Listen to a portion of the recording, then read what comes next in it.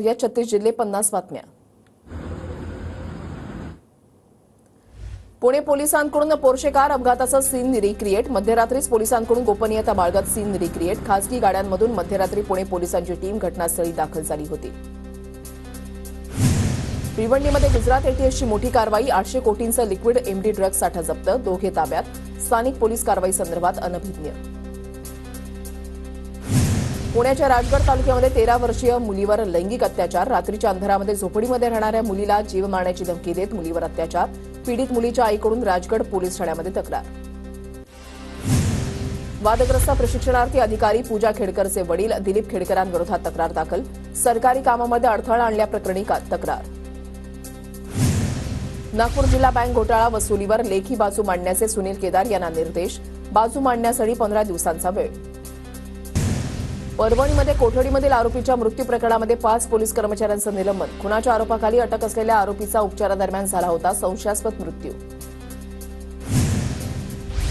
पुणे ग्रामीण पोलीस दलामध्ये शिपाई चालक पदाची लेखी परीक्षा उद्या होणार। वडगावर बुद्रुक इथल्या सिंहगड इन्स्टिट्यूटमधील केंद्रामध्ये परीक्षा पार पडणार। छत्रपती संभाजीनगरमध्ये एकाच दिवसामध्ये 3 जणांची गळफास घेत आत्महत्या। शहरामध्ये 3 आत्महत्या झाल्यानं हळहळ व्यक्त। सांगलीमध्ये कृष्णा नदीची पाणी पातळी 20 फुटांनी घटली। वातावरण ढगाळ असून पावसानं सध्या विश्रांती घेतली आहे। पुणे शहराला पाणीपुरवठा करणाऱ्या धरणातील पाणीसाठ्यामध्ये वाढ। जिल्ह्यामधील टेमघर धरण 100% भरलं। पुणेकरांची पाण्याची चिंता मिटली। पुणे शहरामधील पूरग्रस्तांना मोठा दिलासा। जुलैमधील अतिवृष्टीमुळे झालेल्या नुकसानीचे पंचनामे पूर्ण। पंचनाम्याचा अहवाल जिल्हाधिकाऱ्यांकडून राज्य शासनाला सुपूर्द। सोलापुरातील उजनी धरण 100% भरलं। परिसरातील शेतकऱ्यांची नदी काठावरील विद्युत पंप काढण्यासाठी लगबग सुरू। एसटी महामंडळाच्या ताफ्यामध्ये नव्या 15 ई बस दाखल। महिनाभरामध्ये 90 बस दाखल होण्याच्या महामंडळाला आशा। एसटी कर्मचाऱ्यांचा ऐन गणेशोत्सवामध्ये आंदोलनाचा इशारा। एसटी कर्मचाऱ्यांच्या मागण्या मान्य न झाल्यास आंदोलन करणार। एसटी कर्मचारी संघटनेचा राज्य सरकारला इशारा। पुणे जिल्ह्यामध्ये आरटी तरतुदीनुसार 10,000 मुलांना मोफत प्रवेश। आतापर्यंत 9,373 मुलांचा प्रवेश। कोल्हापूर जिल्ह्यामध्ये कागलमध्ये आयुर्वेद महाविद्यालय आणि आजरा तालुक्यामध्ये योग आणि निसर्गोपचार महाविद्यालय स्थापन होणार। राज्य मंत्रिमंडळाच्या बैठकीमध्ये मंजुरी। छत्रपती संभाजीनगर महापालिकेपुढे 1,087 कोटींच्या परतफेडीचं संकट। विविध विकास कामांसाठी राज्य शासनाकडून घेतलेली कर्ज स्वरूपातली रक्कम। छत्रपती संभाजीनगर जिल्हा परिषदेच्या 100 शिक्षकांकडून डिमोशनची मागणी। ताण वाढल्यानं शिक्षकांकडून मागणी। 1.5 वर्षांपासून प्रस्ताव प्रलंबित। पुण्यामध्ये वाहन चालकांकडून बेशिस्तीचं दर्शन। एका दुचाकी चालकाकडून 150 पेक्षा अधिक वेळा नियमांचा भंग। वाहनावर 1,21,000 रुपयांचा दंड। गणेशोत्सवातील ढोल ताशा पथकांची संख्या कमी करा। नियमावली घालून द्या। शांतता राखण्यासाठी सजग नागरिकांची पालिकेकडे मागणी। पुणे शहरामध्ये झिकाच्या रुग्णसंख्येमध्ये झपाट्यानं वाढ। एकूण रुग्णसंख्या 73 वर पोहोचली असून 4 रुग्णांचा मृत्यू। मुंबई नाशिक महामार्गावरील मुंब्रा टोल नाक्याजवळ वाहतूक कोंडी। मुंबईच्या दिशेने येणारी वाहतूक संथ गतीनं। पिंपरी चिंचवड महापालिकेकडून एकदाही पाणी गळती आणि चोरीचं लेखापरीक्षण केलं नाही।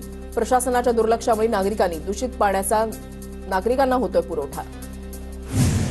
राज्य पोलीस दलामधील उपायुक्त दर्जाच्या 15 अधिकाऱ्यांच्या बदल्या। गृह विभागानं काढले आदेश। गृहिणींचा बजेट कोलमडण्याची शक्यता। किरकोळ बाजारामध्ये लसणाचे दर 400 रुपये किलोवर।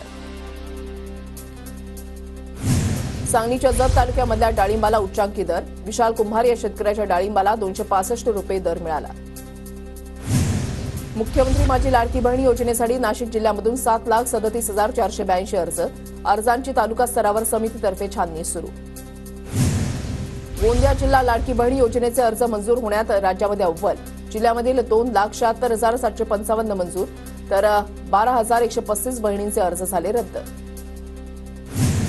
लाडकी बहीण योजनेसाठी परभणी जिल्ह्यामध्ये 2,26,941 अर्ज मंजूर। 14,562 अर्ज अंशतः नामंजूर। राज्य सरकारकडून मारटीची मागणी मान्य। परभणीमध्ये सकल मुस्लिम समाजाकडून सरकारच्या निर्णयाचं फटाके फोडून स्वागत। गोंदिया शहरामध्ये मंडल जनजागृती यात्रेमध्ये पावसाची हजेरी। परिसरामध्ये आनंदाचं वातावरण। रायपूरकडून नागपूरकडे जाणाऱ्या ट्रॅव्हल्समधून तंबाखूची वाहतूक। 2 पोती सुगंधित तंबाखू देवरी पोलिसांकडून जप्त। नंदुरबार जिल्ह्यामधील आमदार आमशा पाडवींकडून आमदार निधीमधून रुग्णवाहिकांचं वाटप, अतिदुर्गम भागामध्ये 5 रुग्णवाहिकांचं वाटप. हिंगोलीमध्ये वसमत शहराला पाणीपुरवठा करणारी पाईपलाईन फुटली, रस्त्यांचं काम सुरू असताना पाईपलाईन फुटली, लाखो लिटर पाण्याची नासाडी. विधानसभा निवडणुकीच्या पार्श्वभूमीवर पुणे प्रशासनाची तयारी सुरू, ईव्हीएम मशीनच्या प्राथमिक तपासणीला सुरुवात. जिल्ह्यामध्ये सुमारे 8,417 मतदान केंद्र. रायपूरकडून नागपूरकडे जाणाऱ्या ट्रॅव्हल्समधून तंबाखूची वाहतूक, 2 पोती सुगंधित तंबाखू देवरी पोलिसांकडून जप्त.